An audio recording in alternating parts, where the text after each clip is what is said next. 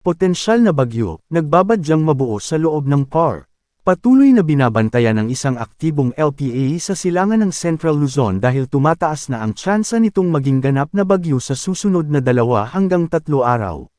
Sakaling lumakas ito bilang bagyo, tatawagan itong Bising ng Pag-asa, ang ikalawang bagyo sa loob ng PAR ngayong taon. Sa ngayon ay hindi pa rin ito nakikitang tatama sa bansa, ngunit inaasahang hawatak ito ng habagat na magdadala ng mga pag-ulan partikular sa kanlurang bahagi sa mga susunod na araw. Ngayong Hulyo, 2 o kaya'y 3 bagyo ang posibleng mamuo o pumasok sa Philippine Area of Responsibility, PAR.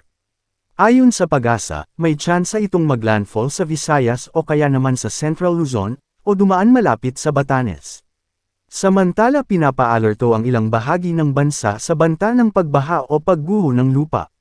Dahil nakasailalim sa flood advisory ng Pag-asa ang Ilocos Region, Central Luzon, Calabarzon, Mimaropa, Bicol, Western Visayas, Central Visayas, Eastern Visayas, Zamboanga Peninsula, Northern Mindanao, Caraga at BARMM. Hanging habagat at trough o extension ng low pressure area ang magpapaulan sa bansa. Pinapa-alerto naman ang Kamanaba dulot ng high tide. Asahan ang makulimlim na call-upon pagdating ng hapon na minsang may pag-ulan hanggang bandang gabi. Manatiling nakatutok sa Weather Balita para sa bago pang updates, don't forget to subscribe.